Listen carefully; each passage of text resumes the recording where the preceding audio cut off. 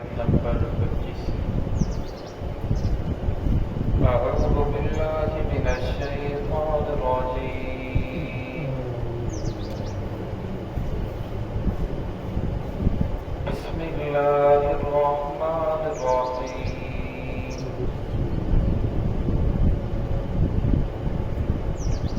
قل اللهم مالك الملك تؤتي الملك من تشاء وتنزع الملك ممن تشاء وتعز من تشاء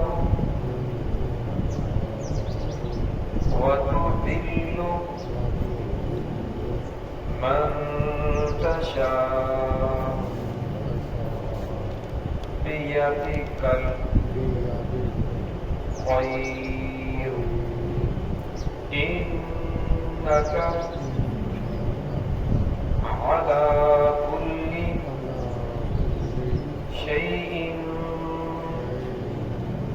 قدير تولج الليل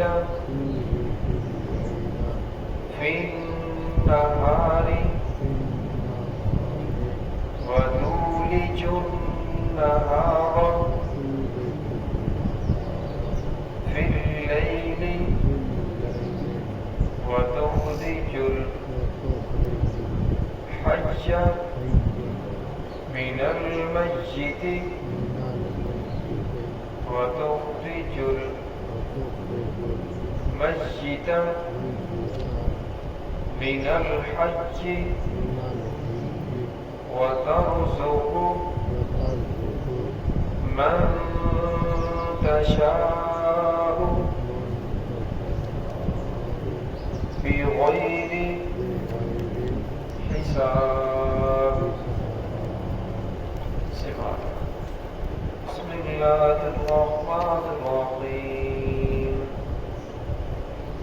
قل اللهم مالك الملك تؤتي الملك من تشاء وتنزع الملك ممن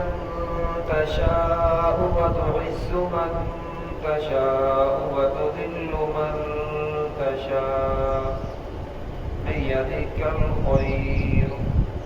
إنك على كل شيء قدير تولج الليل في النهار وتولج النهار في الليل وتخرج الحي من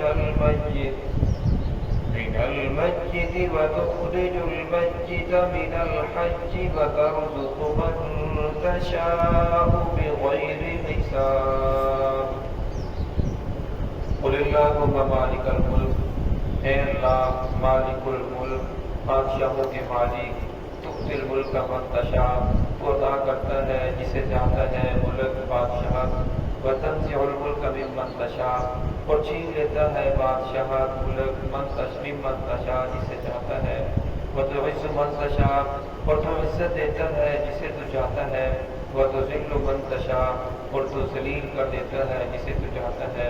بیدک الخیر تیرے ہاتھ کے اندر تیرے قبضے میں خیر ہے انک علی کل شیء قدیر بے شک تو ہر چیز پر قادر ہے تولج اللیل فی النہار وتولج النہار فی اللیل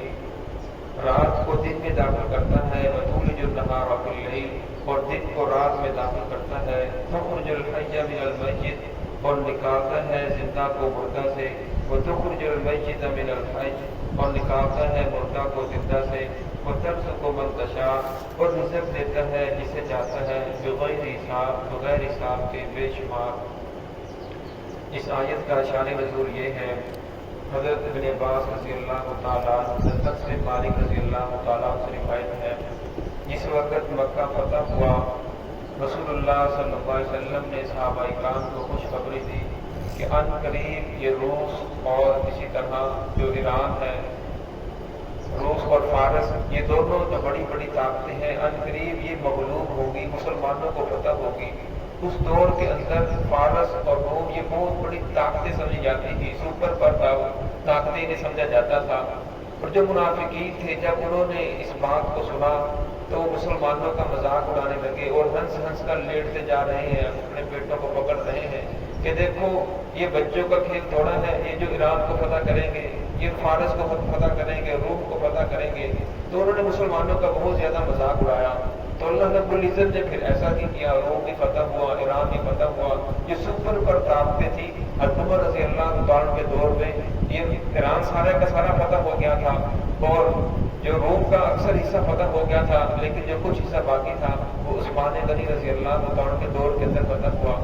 اصل کے اندر اللہ رب العزت نے بنی اسرائیل کو نبوت بھی عطا فرمائی تھی، یعنی روحانی بادشاہت بھی انہی کے پاس تھی اور اسی طرح ظاہری بادشاہت بھی انہی کے پاس تھی۔ انہی کے دور کے اندر انبیاء کرام تشریف لائے، ایسے انبیاء تھے جن کو اللہ رب العزت نے نبوت بھی عطا فرمائی، بادشاہت بھی عطا فرمائی، اور کہ یہ لوگ گھمنڈ کے اندر آ گئے، غرور کے اندر آ گئے، تکبر کے اندر آ گئے کہ یہ تو ہمارا خاندانی استحقاق ہے، ہم اس کے مستحق ہیں، اس وجہ سے نبوت ہمارے خاندان کے اندر چل رہی ہے، ہم اس کے مستحق ہیں کہ ہمیں زیادہ مال دیا جائے، کیونکہ نحن ابناء اللہ و احباؤہ، کہتے تھے ہم اللہ رب العزت کے بیٹے ہیں، ہم اللہ کے محبوب ہیں، اس لیے ہمارا یہ حق بنتا ہے کہ نبوت بھی ہمارے پاس رہے اور بادشاہت بھی ہمارے پاس رہے۔ تو جس وقت امام الانبیاء محبوب کبریا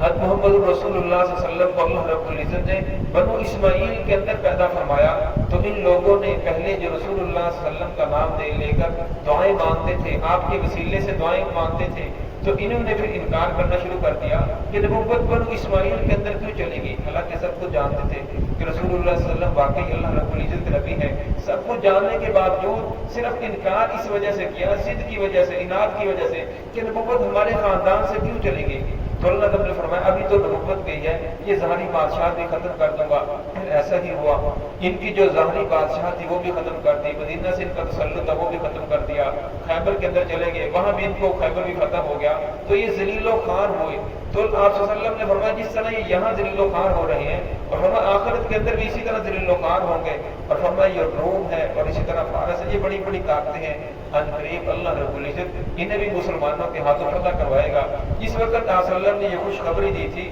اس وقت مسلمان چاروں طرف سے مغلوب تھے، کفار تھے، منافقین تھے، مشرکین تھے، یہود النصارہ نے چاروں طرف سے مسلمانوں کو گھیرا ہوا تھا، اور آدمی اس کا گمان بھی نہیں کر سکتا تھا کہ مسلمانوں کے ہاں یہ بڑی بڑی طاقتیں فتح ہوں گی، لیکن اللہ رب العزت نے اس کی پیشنگوئی کی تھی، تو پھر اللہ رب العزت نے مسلمانوں کے ہاتھوں سے فتح بھی کروایا۔ تو اس آیت کے اندر اسی کا تذکرہ ہے، فرمایا قل اللہم مالک الملک، اللہ رب العزت بادشاہوں کے مالک ہیں، تؤتی الملک من تشاء، جسے چاہتے ہیں ملک عطا فرماتے ہیں، بادشاہت عطا فرماتے ہیں، وتنزع الملک ممن تشاء، اور جسے چاہتے ہیں بادشاہت کو چھین لیتے ہیں۔ پہلے ان کے پاس بادشاہت بھی تھی، نبوت بھی تھی، تو اللہ رب العزت نے چھین لیا۔ وتعز من تشاء، جسے چاہتے ہیں عزت دیتے ہیں، وتذل من تشاء، اور جسے چاہتے ہیں ذلیل کر دیتے ہیں۔ بیدک الخیر، خیر اللہ رب العزت کے ہاتھ کے اندر ہے۔ انک علی کل شیء قدیر، اللہ رب العزت ہر چیز پر قادر ہے۔ یہاں بتلانا یہ مقصود ہے کہ اللہ رب العزت کو کلی اختیار حاصل ہے، جسے چاہے بادشاہ بنا دے، جسے چاہے بادشاہ اس سے چھین لے، جسے چاہے عزت دے دے اور جسے چاہے ذلیل کر دے، اور میں اللہ رب العزت ہر چیز پر قادر ہے۔ حضرت انس بن مالک رضی اللہ تعالیٰ سے روایت ہے، فرمایا کہ یہ وہ آیت ہے جسے اسم اعظم، جو اللہ رب العزت کا اسم اعظم ہے، اور جسے پڑھنے کے بعد جو بھی دعا مانگی جائے اللہ رب العزت اس دعا کو قبول فرماتے ہیں، تو اسے اسم اعظم کہا گیا۔ تو انسان کوشش کرنی چاہیے اپنی دعا سے پہلے اسے ایک مرتبہ پڑھ لیا جائے۔ حضرت معاذ بن جبل رضی اللہ تعالیٰ عنہ کے اوپر قرض بہت زیادہ تھا، قرض کی وجہ سے پریشان تھے، تو رسول اللہ صلی اللہ علیہ وسلم کے پاس گئے، یا رسول اللہ میرے اوپر قرض بہت زیادہ ہے، تو آپ صلی اللہ علیہ وسلم نے یہ آیت اور اس سے آگے والی آیت، یہ دونوں آیتیں بتلائیں، فرمایا ان آیات کو پڑھو، اگر تمہارے اوپر زمین آسمان کے برابر سونا بھی قرض ہوگا اللہ رب العزت اس کی ادائیگی کی بھی کوئی نہ کوئی صورت پیدا فرما دیں گے۔ تو اس لیے جو مقروض ہیں انہیں کرنا چاہیے تاکہ اللہ رب العزت قرضے کی کوئی نہ کوئی صورت پیدا فرما دے۔ آگے فرمایا تولج اللیل فی النہار، اللہ رب العزت وہ ذات ہے یہ رات کو دن میں داخل کرتی ہے اور دن کو رات میں داخل کرتی ہے، مردہ سے زندہ کو پیدا کر رہی ہے اور زندہ سے مردہ چیزیں پیدا ہو رہی ہیں۔ تو یہاں بتلانا یہ مقصود تھا کہ اللہ رب العزت جو ذات اب سردیوں گرمی آ رہی ہے، دن بڑھ رہی ہے، راتیں کم ہو رہی ہیں، اور سردیوں کا موسم آئے گا، راتیں بڑھنی شروع ہو جائیں گی، دن کا حصہ کاٹ کر اللہ رب العزت رات کے اندر داخل کر دیں گے۔ تو فرمایا جو ذات رات اور دن کے کبھی بڑھا رہی ہے، کم کر رہی ہے، اس کے لیے کوئی مشکل نہیں ہے تمہارے مرنے کے بعد تمہیں دوبارہ زندہ کرنا، اس کے لیے کوئی مشکل نہیں ہے کہ ایک کو بادشاہ سے ہٹا کر دوسرے کو بادشاہ دے دینا، ایک کو اسے دے دینا دوسرے کو ذلیل کر دینا۔ فرمایا وہ ذات جو زندہ سے مردہ کو پیدا کر رہی ہے، ہم دیکھتے ہیں مرغی زندہ ہے، اس سے جو انڈا پیدا ہو رہا ہے وہ مردہ ہوتا ہے، پھر اسی مردہ انڈے سے اللہ رب العزت زندہ بچہ پیدا فرما دیتے ہیں۔ انسان مردہ غذا کھا رہا ہے، اتنی چیزیں کھاتا ہے، مردہ ہے، لیکن اس سے خون پیدا ہو رہا ہے، اسی سے انسان کے جسم کی گوشت بن رہا ہے، جسم کی نوش و نما ہو رہی ہے۔ تو فرمایا انسان جو بھی کھاتا ہے وہ مردہ ہوتا ہے، پھر انسان سے جو مادہ نکلتا ہے وہ مردہ ہوتا ہے، پھر اللہ رب العزت اس سے بچہ پیدا فرما دیتے ہیں۔ فرمایا اللہ رب العزت ہر چیز پر قادر ہے، اللہ رب العزت اسباب کے محتاج نہیں ہے۔ بعض مفسرین نے اس سے یہ مراد لیا کہ جس طرح کافر اور مومن مراد لیا، ابو جہل کافر تھا، کافر وہ مردہ ہوتا ہے، جسے قرآن پاک میں فرمایا کہ کفار تو مردہ کی طرح ہے، لیکن اللہ رب العزت نے اس سے اکرمہ رضی اللہ عنہ مومن کو پیدا فرمایا۔ آزر وہ کافر ہے، اللہ رب العزت نے ابراہیم علیہ السلام کو ان کے گھر پیدا فرمایا۔ حضرت نوح علیہ السلام اللہ رب العزت کے مومن بندے ہیں، لیکن اللہ رب العزت نے انہی کے در کنار بیٹا کافر پیدا فرما دیا۔ ورنہ اللہ رب العزت کے ہاں باپ جہل ہوتا ہے، بیٹا عالم ہوتا ہے، بیٹا عالم ہوتا ہے تو جو باپ عالم ہوتا ہے بیٹا جاہل پیدا ہو جاتا ہے۔ اور میں اللہ رب العزت ہر چیز پر قادر ہے، اللہ رب العزت کے لیے کرنا کچھ بھی مشکل نہیں ہے۔ یہ تو اللہ رب العزت اسباب کے محتاج نہیں، یہ تو اسباب انسانوں کے لیے پیدا فرمائے ہیں۔ وَتَرْزُقُ مَن تَشَاءُ بِغَيْرِ حِسَابٍ، اللہ رب العزت جسے چاہتے ہیں رزق دیتے ہیں بغیر حساب کے۔ علامہ انور شاہ کشمیری رحمۃ اللہ علیہ فرماتے ہیں بغیر حساب کے دو مطلب انہوں نے بیان کیے۔ فرمایا بغیر حساب کا ایک مطلب تو یہ ہے جسے چاہتے ہیں بے شمار دیتے ہیں، اس کے شمار کے اندر بھی نہیں آتا۔ اب قارون کو اتنا رزق دیا تھا، اس کی جو چابیاں تھی وہ ایک اونٹوں کی بڑی کتار اٹھاتی تھی، اب وہ شمار بھی کرنا چاہتا تو شمار نہیں کر سکتا تھا، جب انہیں گننا شروع کرتا تو اسے چھوڑ دیتا کہ وہ شمار نہیں کر سکتا تھا۔ فرمایا ایک اس کی تفسیر یہ کی گئی ہے کہ اسے اللہ رب العزت اتنا رزق دیتے ہیں جو بغیر محنت اور مشقت والا ہوتا ہے۔ فرمایا اگر محنت مشقت کی وجہ سے رزق ملتا، یہ جو مزدور ہے سارا دن خون پسینہ بہاتا ہے، شام کو اس کی روٹی بھی پوری نہیں ہوتی، اور ایک آدمی سارا دن آفس میں بیٹھتا ہے، دفتر میں بیٹھتا ہے، لیکن اللہ رب العزت بہت زیادہ رزق عطا فرماتے ہیں۔ فرمایا یہ رزق کی تقسیم یہ اللہ رب العزت کے ہاتھ کے اندر ہے، محنت کی وجہ سے رزق نہیں ملتا، رزق تو اللہ رب العزت کی تقسیم ہے، جسے چاہتے ہیں زیادہ دیتے ہیں، جسے چاہتے ہیں کم دیتے ہیں۔ دعا ہے کہ اللہ رب العزت ہمیں دین کی صحیح سمجھ عطا فرمائے۔ بسم اللہ